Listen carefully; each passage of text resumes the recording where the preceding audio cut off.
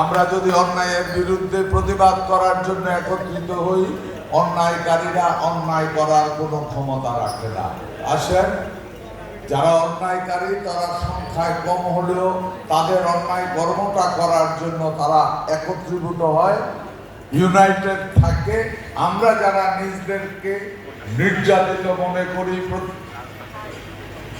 অন্যায় আমাদের উপরে হচ্ছে বা কি বলবো, আমরা অন্যায়ের মুখোমুখি হচ্ছি, আমরা যারা মনে করি আসেন নিজেরা ইউনাইটেড হয়ে অন্যায়ের বিরুদ্ধে প্রতিবাদ করি।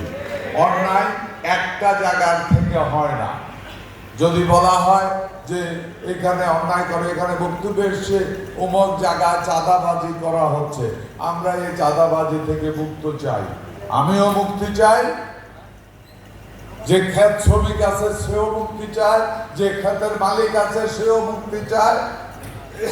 প্রশ্ন, এই চাঁদাবাজিটা করছে কাকে? চাঁদাবাজি থেকে সহযোগিতা করছে কাকে? প্রশাসন কোথায় তখন? সহজেই প্রশ্ন। এখন মানুষ বলে যদি কোথাও কোনো অন্যায় হয় এর পিছনে কোনো না কোনো ভাবে প্রশাসনের সহযোগিতা। আমি যদি ওইভাবে বলি, কারণ মানুষ ডাকের একটা কথা আছে, আল্লাহর ফেরেশতা আর সরকারের পুলিশ জানে না হেন কোনো ঘটনা নাই। তাইলে কেন পুলিশ প্রশাসন জানবে না অমুক জায়গায় চাঁদাবাজি হয়?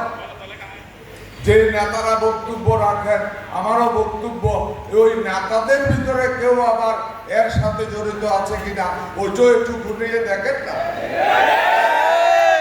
আসলে অন্যায়ের বিরুদ্ধে নির্দিষ্ট কিছু ডেট রয়েছে, আমরা সবাই অন্যায়ের বিরুদ্ধে বলার একটু নির্দিষ্ট কিছু ডেট আছে, যেমন মে দিবস আসলে এই সময় অন্যায়ের বিরুদ্ধে শ্রমের পক্ষে আমরা কথা বলতে পছন্দ করি না। এই ডেটকে এই জন্য আমরা বলি, এই ডেটের পরে যদি আমরা আমাদের নিজের চারিত্রিক দিক থেকে পরিত্রাণ না আসি, বারবার এই ডেট আসবে, এই ডেটের সাকসেসফুল কিছু আগামী দিনগুলিতে হবে না।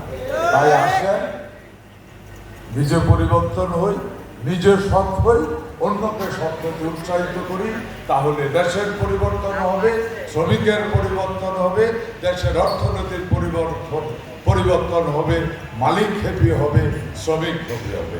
ধন্যবাদ আপনাদেরকে, ভালো থাকবেন। আসসালামু আলাইকুম।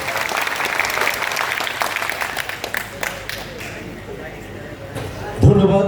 আমাদের আজকের অনুষ্ঠানের সম্মানিত অতিথি বাংলাদেশ জাতীয়তাবাদী দল বিএনপি চেয়ারপারসনের সম্মানিত উপদেষ্টা এবং সাবেক সংসদ সদস্য জনাব হাজী আমিনুর রশিদ ইয়াসিন।